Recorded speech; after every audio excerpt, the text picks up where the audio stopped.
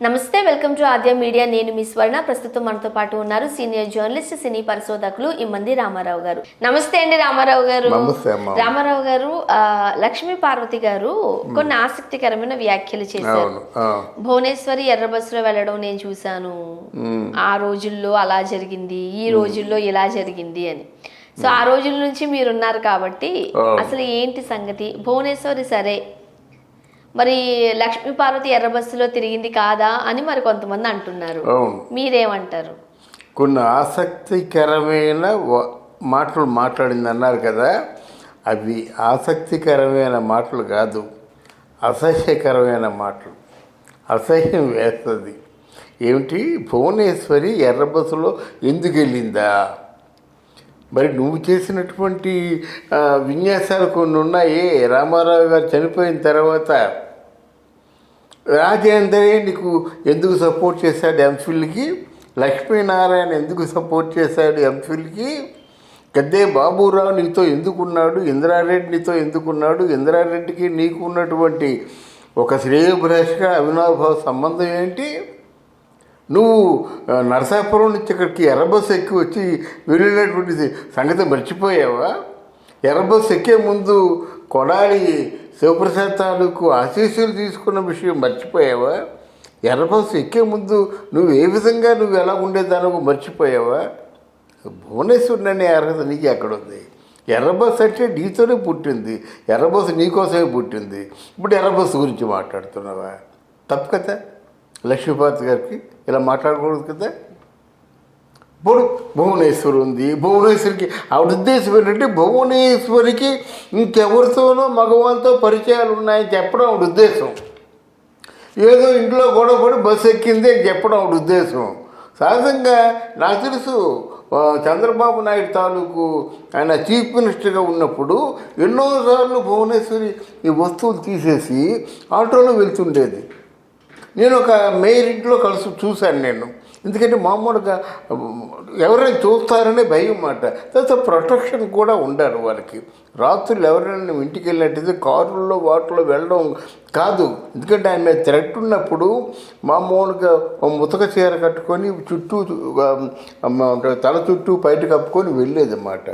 అలా ఉండొచ్చు. అయినంత మాత్రంలో నువ్వు అనుకున్న అసలు ఈ ఉద్దేశం ఏమిటి? చంద్రబాబు నాయుడు కుటుంబాన్ని, ఎన్టీ రామారావు కూతుర్ని ఏమి చేద్దామని? ఆవిడ ఎన్టీ రామారావు పుట్టిన కూతురు, బయట వ్యక్తి కాదు, వేరే వ్యక్తి కాదు, నీ మొగుడికి పుట్టిన కూతురు. అంటే మీరు ఒప్పుకుంటారా లక్ష్మీ పార్వతి గారికి హస్బెండ్ నందమూరి తారక రామారావు గారు అని? అదేనమ్మా, ఒప్పుకుంటానంటే నీ మొగుడంటే నువ్వు అనుకుంటున్న స్వామి అనుకుంటున్నా కదండి. కానీ ఆ స్వామి పుట్టిన కూతురు కదా. నువ్వు లక్ష్మీ పార్వతి ఎన్టీ రామారావు భార్య కాదని ప్రజలు తెలుసు. నేను కొత్తగా చెప్పాల్సిన అవసరం లేదండి. 2 సంవత్సరాలు ఆయన దురదృష్టమో ఇంకేంటో, మొత్తానికి 2 సంవత్సరాలు ఆయనతో ఉన్నాను, తిండి పెట్టావు, అందుకోసమే కదా నిన్ను గౌరవించడం. లేకపోతే ఎప్పుడోసారి నీ తాలూకా నీ చరిత్ర కాలగర్భంలో కలిసిపోయింది. ఎంతకాలం ఉంచుతారా? కానీ ఈ మాటలు విన్న తర్వాత నాకు చాలా బాధాకరంగా ఉందన్నమాట. అంటే భువనేశ్వరుని కేవలం బదనాం చేయడమా? అంటే ఎవరితోనైనా మగవాళ్ళతో మాట్లాడితే వాళ్ళిద్దరికీ సంబంధాలు ఉన్నట్ట? ఎందుకు అని మళ్ళీ కొత్తగా ప్రశ్నేస్తావేంటి నువ్వు? ఏదో సస్పెన్స్ దాస్తున్నట్టు.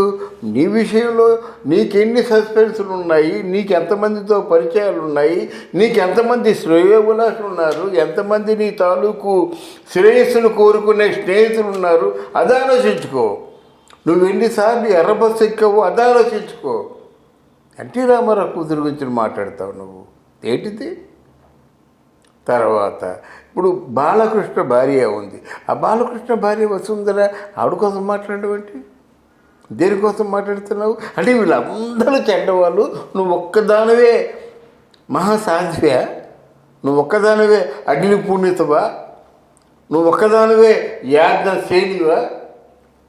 యాజ్ఞశైలి అంటే ఒక నిప్పుల్లోంచి బయటకు వచ్చినటువంటి వ్యక్తిని యాజ్ఞశైలి అంటారు. ఆవిడకి అర్థం అవ్వదు. అందుకు చెప్తున్నాను. నువ్వు చదువుకున్నా కానీ కొన్నిసార్లు సందర్భాల్లో నువ్వు పద్యాలు కూడా చెప్పలేక అదేదో పద్యం అని చెప్పావు. నేను చెప్పగలను. కానీ ఇది కరెక్ట్ కాదమ్మా. ఎందుకంటే నీకు ఎంతైనా నీ స్వామి అనుకున్నావు, నీ ప్రభువు అనుకున్నావు, ఏదో అనుకున్నప్పుడు ఆ కుటుంబం మీద ఇప్పుడు చంద్రబాబు నాయుడు భార్య మీద, బాలకృష్ణ భార్య మీద, ఎర్ర బస్సుల మీద ఇప్పుడు ఏడుస్తావు. ఎందుకు ఏడిస్తే నీకేమవుతుంది? అసలు నీ ఉద్దేశం ఏంటి? చంద్రబాబు నన్ను చంపేద్దామనా, లేకపోతే బాలకృష్ణను చంపేద్దామనా? ఎవరు నీ నచ్చిన వాళ్ళు ఎవరు? అందరూ చెడ్డవాళ్ళే. ఈవెన్ తారక్ కూడా చెడ్డవాడే. తారక్ మారిపోయాడు. నేను తారక్కి లైఫ్ ఇచ్చాను, తారక్ మదర్కి నీకు లైఫ్ ఇచ్చాను, ఊరందరికీ లైఫ్ నువ్వే ఇచ్చావు మాకు తెలుసు. వంటింటి రాజకీయాలు నడిపాని విషయం మాకు తెలుసు. అది చెప్పాలా? ఇప్పుడు నీకు ఇచ్చిన లైఫ్ ఇచ్చినవాడు ఎవడున్నాడు? నేను ఆదరించేవాడు ఎవడున్నాడు? నీకు కుర్చీ వేసేవాడు ఎవడున్నాడు?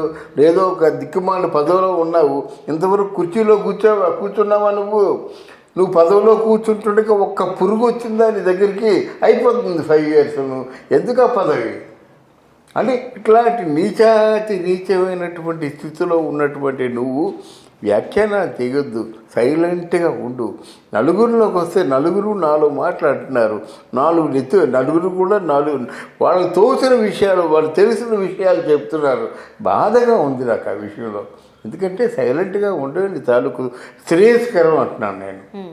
ముఖ్యంగా లక్ష్మీ పార్వతి గారు ఎందుకు నందమూరి తారక రామారావు గారి ఇంటి ఆడవాళ్లను టార్గెట్ చేస్తున్నారు అనేది ఒక ప్రధానమైన ప్రశ్న. లేదు, ఆవిడ తప్ప ఇంకెవరు మంచివాళ్ళు కాదమ్మా. పురంధరేశ్వరి మంచిది కాదు. ఆ లోకమ్మని ఎవరు ఏమనలేరు. పెద్ద ఎన్టీ రామారావు ఉంటుంది కదా, లోకం అంటాం మేము అందరం కలిసి.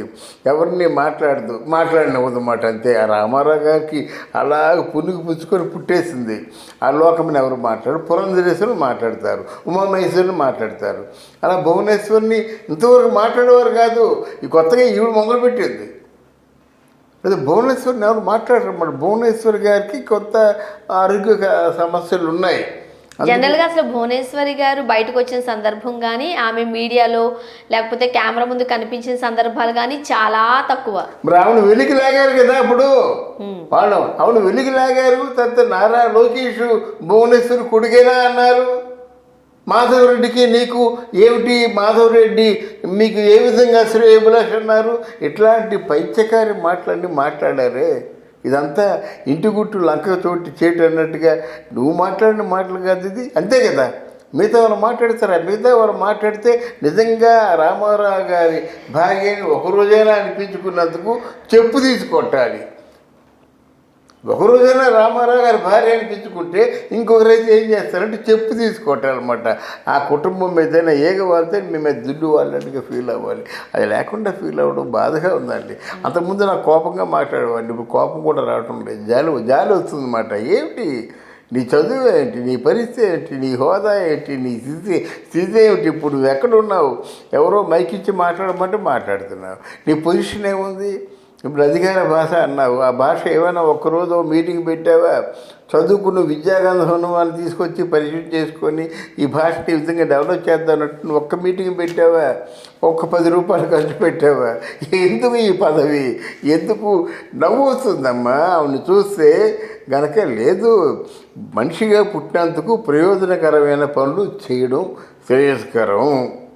నలుగురు కూడా చెప్పుకోవాలి, అబ్బా ఎంత గొప్ప స్థితికి వెళ్ళింది, ఎంత సేవ చేస్తుందని. ఎలాగా ఏసరించుకోకూడదు కదా. Thank you so much. Thank you.